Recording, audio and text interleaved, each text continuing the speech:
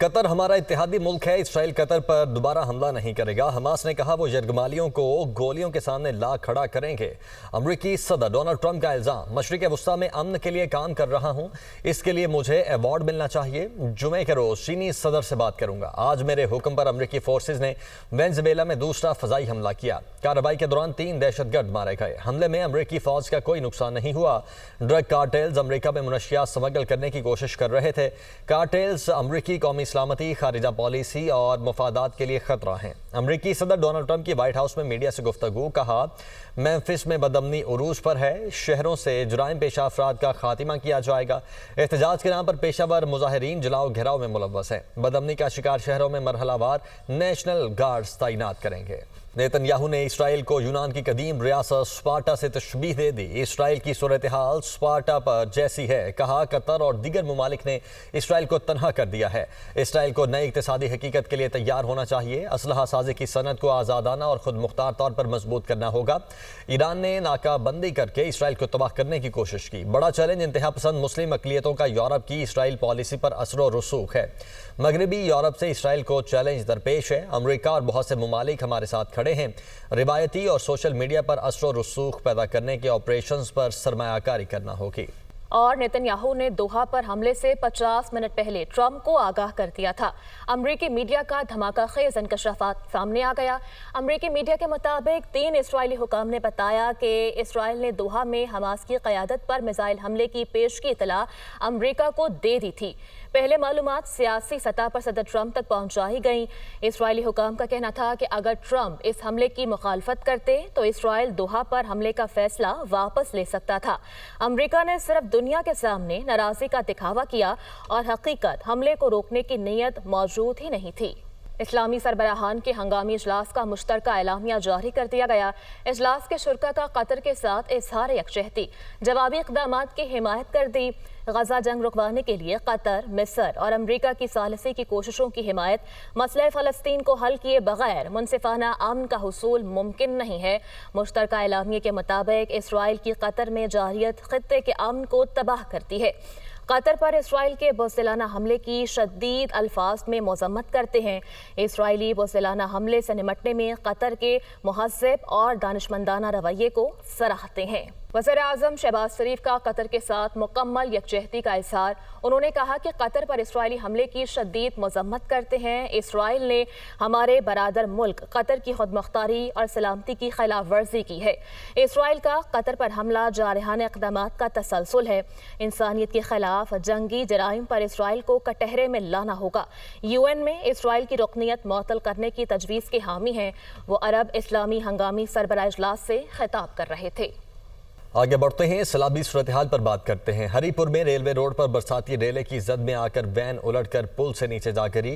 حادثے میں van driver زخمی، ٹراما سینٹر منتقل کر دیا گیا، جبکہ ریسکیو ٹیمیں وین کو برساتی نالے سے نکالنے میں مصروف ہیں۔ تو ہری پور میں ریلوے روڈ پر برساتی ریلے کی زد میں آ کر وین الٹ کر پل سے نیچے جا گری۔ حادثے میں وین ڈرائیور زخمی ہوا، ٹراما سینٹر منتقل کر دیا گیا ہے، جبکہ ریسکیو ٹیمیں وین کو برساتی نالے سے نکالنے میں مصروف ہیں۔ یہ وہاں کے مناظر ہیں جو اس وقت آپ اپنی ٹیلی ویژن اسکرین پر دیکھ رہے ہیں۔ ہری پور کے یہ مناظر ہیں، ریلوے روڈ پر برساتی ریلے کی زد میں آ کر وین الٹ کر پل سے نیچے جا گری ہے اور اس حادثے میں وین ڈرائیور زخمی ہوا ہے، جسے ٹراما سینٹر منتقل کر دیا گیا ہے۔ اور پنجاب میں سیلابی ریلوں سے تباہی کی ہولناک داستانی رقم ہونے لگی ہیں۔ علی پور میں کئی بستیاں اجڑ گئیں۔ بستی لاشاری، بستی میسر، بستی چاندیا سیلابی پانی کی نظر ہو گئی۔ خانگڑھ ڈوئمہ، سید پور، لتی ماڑی، چوکی گبول، عظمت پور شدید متاثر۔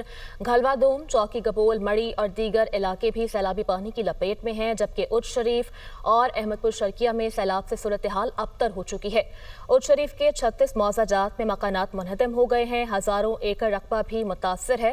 علی پور کے علاقے موضع خیرپور سادات، موضع مٹھن والا کی بستیاں بدانی، حیدروالا، بستی برخوردار والا، بستی پرہار اور دیگر علاقوں کے سیلاب متاثرین مشکلات کا شکار نظر آتے ہیں۔ اس حوالے سے مزید کیا تفصیلات ہیں جاننے کے لیے ہم نے رابطہ کیا ہمارے نمائندگان سے۔ ہمارا ساتھ دیں گے شاہد لودھی، شجاع آباد سے ہمیں رپورٹ کریں گے، جبکہ ضیاء الحق شہزاد موجود ہوں گے علی پور سے۔ سب سے پہلے چلیں گے ہم شاہد لودھی کی جانب اور جانیں گے کہ شجاع آباد میں کیا صورتحال ہے تازہ ترین پانی کی۔ بتائیے گا شاہد۔ جی میں اس وقت شجاباد کے موزہ دھوندو کے ماہڑا بند پر موجود ہوں، جس میں 5 روز قبل شگاف پڑا تھا اور یہ شگاف بڑھتے بڑھتے 400 فٹ کا ہو گیا تھا۔ اب اس شگاف کو پر کر دیا گیا ہے، اب مضبوط بنانے کا عمل جاری ہے۔ ہیوی مشینری 24 آورز کام کر رہی ہے، جس کے بعد سیلابی پانی کی سطح میں تیزی سے کمی ہوئی ہے اور صرف نشیبی علاقے باقی بچے ہیں جہاں 3 سے 4 فٹ پانی باقی ہے۔ اس کے ساتھ ہی متاثرین نے اپنے گھروں کا راہ لی ہے، اپنے گھروں میں واپس پہنچے ہیں، لیکن ان کی مشکلات کم نہیں ہوئی ہیں۔ وہاں نئی مشکلات ان کے ساتھ یہ ہے کہ ان کی بجلی اب تک چالو نہیں ہوئی ہے اور چارے کی فصلیں ان کی ختم ہو چکی ہیں، جانور ان کے بھوکے ہیں، اس کے علاوہ ان کے میڈیسن کے مسائل ہیں، وبائی امراض پھوٹ پڑے ہیں۔ اب وہاں تک مال پہنچانا اور وہاں پر چیزیں پہنچانا ایک مشکل عمل ہے، جس کے لیے انہوں نے ضلع انتظامیہ سے بھی گزارش کی ہے کہ اب ہمیں گھر میں بحالی کے لیے ہماری مدد کی جائے۔ ان کے گھر تباہ ہو چکے ہیں، اس لیے کوئی فوری طور پر ریلیف کا اعلان کیا جائے۔ جی ٹھیک ہے، بہاول نگر میں دریائے ستلج کے سیلاب کی تباہ کاریاں جاری ہیں۔ دریائی بیلٹ کے 150 کلومیٹر کے علاقے میں 145 مواضعات متاثر ہوئے ہیں، جن میں بستی، کھرلا اور موزہ آکو کا خاص طور پر شامل ہیں۔ سیلابی پانی کی وجہ سے سڑکیں بہہ گئی ہیں اور راستے منقطع ہیں۔ 1,40,000 ایکڑ پر کھڑی فصلیں تباہ ہو چکی ہیں اور 2.5 لاکھ افراد سیلاب کی وجہ سے متاثر ہوئے ہیں۔ متاثرہ علاقوں میں پانی کھڑا ہونے کی وجہ سے لوگوں کو شدید مشکلات کا سامنا کرنا پڑ رہا ہے۔ خبروں کا سلسلہ آگے بڑھائیں اور آپ کو بتائیں کہ IMF سے 25 سپٹمبر کو مذاکرات سیلاب متاثرین کی مدد کی تجاویز بھی تیار کر لی گئی ہیں۔ بے نظیر انکم سپورٹ پروگرام کے فنڈ سیلاب متاثرین پر خرچ کرنے کی تجویز۔ مزید کیا تفصیلات ہیں اس خبر سے متعلق جان لیتے ہیں ہمارے نمائندے مدثر علی رانا سے۔ آگاہ کیجیے گا مدثر۔ جی ذرائع وزارت خزانہ کی جانب سے بتایا گیا ہے کہ ملک بھر میں جو سیلاب کی تباہ کاریاں ہوئی ہیں، اس کے نقصانات کو کمپلیٹ کرنے کے لیے، اس کے نقصانات کا ازالہ کرنے کے لیے جو بے نظیر انکم سپورٹ پروگرام کے تحت 716 ارب روپے رواں مالی سال کے لیے مختص کیے گئے تھے، اس میں سے کچھ رقم جو سیلاب متاثرین ہیں ان کو ٹرانسفر کیے جانے کی تجویز زیر غور ہے۔ اس کے لیے باقاعدہ طور پر ورکنگ تیار کر لی گئی ہے، جو کہ وزارت خزانہ کے ساتھ بے نظیر انکم سپورٹ پروگرام اور وزارت منصوبہ بندی حکام کی جانب سے تیار کی گئی ہے، لیکن اب اس تجویز کی حتمی منظوری IMF سے مشروط ہوگی۔ IMF کے ساتھ جو مذاکرات 25 ستمبر سے سٹارٹ ہونے جا رہے ہیں، اس میں یہ پرپوزل زیر غور آئے گا اور اگر IMF کی جانب سے یہ منظوری ہو گئی تو جو بے نظیر انکم سپورٹ پروگرام کا کچھ فنڈ حصہ ہے اس کو سیلاب متاثرین میں تقسیم کیا جائے گا۔ ساتھ میں ذرائع کی جانب سے یہ بھی بتایا گیا ہے کہ 25 سپٹمبر سے لے کر 8 اکتوبر تک جو IMF کے ساتھ دوسرے اقتصادی جائزہ کے تحت $1 ارب سے زائد کی قسط کے لیے مذاکرات ہوں گے۔ اس میں ریونیو، آمدن اور اخراجات پر بھی اہم مذاکرات ہوں گے۔ جو ذرائع FBR ہیں ان کی جانب سے بتایا گیا ہے کہ مجموعی طور پر FBR کو جولائی، اگست اور سپٹمبر کے دوران 3 ماہ تک تقریباً 200 ارب روپے تک کا ریونیو شارٹ فال ہے، جس میں صرف اگر سپٹمبر کی بات کر لی جائے تو تقریباً 120 سے 130 ارب روپے کا ریونیو شارٹ فال آئے گا اور اسی طرح جو گزشتہ 2 ماہ ہیں اس کا بھی تقریباً 50 ارب روپے کا ریونیو شارٹ فال اس وقت تک کھڑا ہوا ہے۔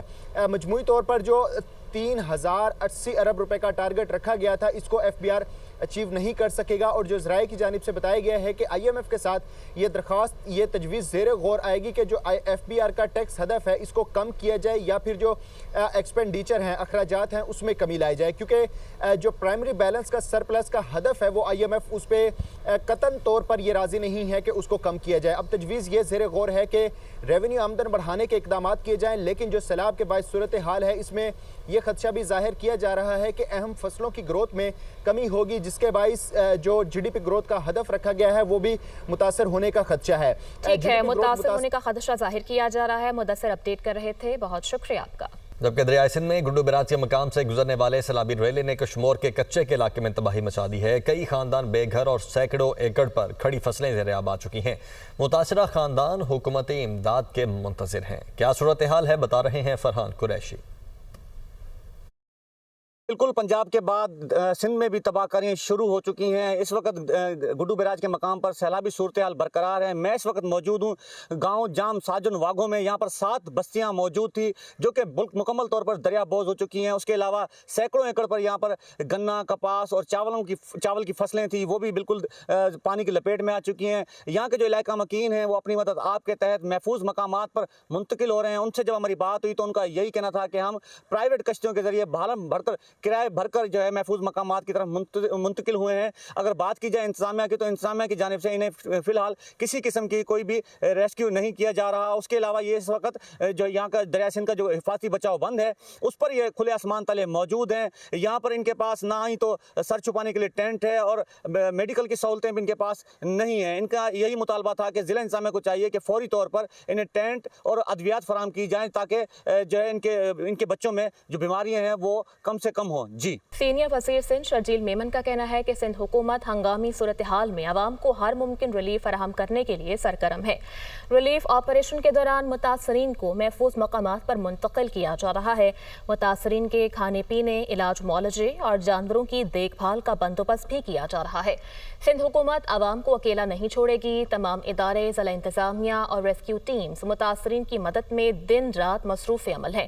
اب تک محفوظ مقامات پر منتقل ہونے والوں کی کل تعداد 1,73,027 ہو گئی ہے۔ تو جناب آج سے بارشوں کے نئے سلسلے کے آغاز کی پیش گوئی ہے۔ نئے سلسلے کے تحت 19 ستمبر تک بارشوں کا سلسلہ جاری رہنے کا امکان ظاہر کیا گیا ہے، اور ان بارشوں کی شدت کیا ہو سکتی ہے اور ان کے دریاؤں پر کیا اثرات مرتب ہوں گے، یہ گفتگو کی ہے ہمارے رپورٹر سہیل کیسر نے محکمہ موسمیات کے ڈپٹی ڈائریکٹر اختر محمود سے۔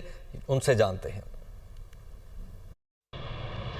بالکل جی، آج سے بارشوں کے ایک نئے سلسلے کی پریڈکشن کی گئی ہے۔ اب یہ سلسلہ کب تک پریویل کرے گا، اس کی انٹینسٹی کیا رہ سکتی ہے، کچھ تفصیلات جانتے ہیں ڈپٹی ڈائریکٹر محکمہ موسمیات اختر محمود صاحب سے۔ بہت شکریہ سر۔ کوئی بہت زیادہ انٹینسٹی تو نہیں رہے گی اس کی؟ نہیں، یہ کہ اب پیورلی یعنی کہ یہ ویسٹرلی ہے اور کچھ موئسچر جو ہے وہ عریبین سی سے اس میں آ رہا ہے، تو اس کی وجہ سے کوئی شدید نہیں۔ ہاں ضرور بارشیں جو ہیں وہ پر کیچن پہاڑوں پہ ہوں گی، لیکن اس سے کوئی دریاؤں کے اوپر کوئی خاص قسم کے اثرات نہیں ہوں گے۔ کن شہروں میں زیادہ بارشوں کا امکان ہے، کس پٹی پر؟ دیکھیں جی، اس کے اندر تو کے پی کا جو علاقہ ہے اس میں یہ خاص طور پر اپر کے پی کا خاص طور پر کہیں، اور اس کے بعد کشمیر کا علاقہ، گلگت بلتستان کے علاقے، اسلام آباد میں سے آپ اس کے اثرات کچھ ہو سکتے ہیں، راول پنڈی اور گجرانوالہ، لاہور میں شاید پارٹی کلاؤڈی کا بہتر جو ہے لاہور میں بھی ہو جائے۔ بہت شکریہ سر۔ بڑا بریفلی بتا رہے تھے کہ جی کوئی پریشانی کی بات نہیں ہے، ایک تو اس سسٹم کوئی بہت زیادہ شدید نہیں ہے، دریاؤں میں پانی کے بہاؤ میں کو بہت زیادہ اثر پڑنے کا امکان نہیں ہے۔ جی، کم عمر بچوں کے فیس بک اور ٹک ٹاک استعمال پر پابندی کے لیے درخواست کی سماعت ہوئی۔ لاہور ہائی کورٹ کی جانب سے درخواست پر پی ٹی اے سمیت دیگر متعلقہ حکام کو نوٹس جاری کرتے ہوئے جواب طلب کر لیا گیا ہے۔ جسٹس عالیہ نیلم نے درخواست پر سماعت کی۔ درخواست گزار کا کہنا ہے کہ بچے فیس بک اور ٹک ٹاک پر نامناسب مواد دیکھ رہے ہیں جو کہ ان کی تعلیمی سرگرمیوں پر منفی اثر ڈال رہا ہے۔ آپ کو بتائیں کہ محکمہ تعلیم کے پی کے ملازمین کی تعلیمی چھٹی کے حوالے سے انکشاف ہوا ہے کہ بیشتر ملازمین مقررہ وقت میں اپنی ڈگری مکمل نہیں کر سکے ہیں۔ مزید کیا ڈیٹیلز ہیں اس خبر سے متعلق جان لیتے ہیں ذیشان کاکا خیل سے۔ بتائیے گا ذیشان۔ جی بالکل، خیبر پختونخوا محکمہ تعلیم کے جو ملازمین ہیں وہ اسٹڈی لیو پر گئے ہیں اور بیشتر جو ہے تاحال واپس نہیں آئے ہیں۔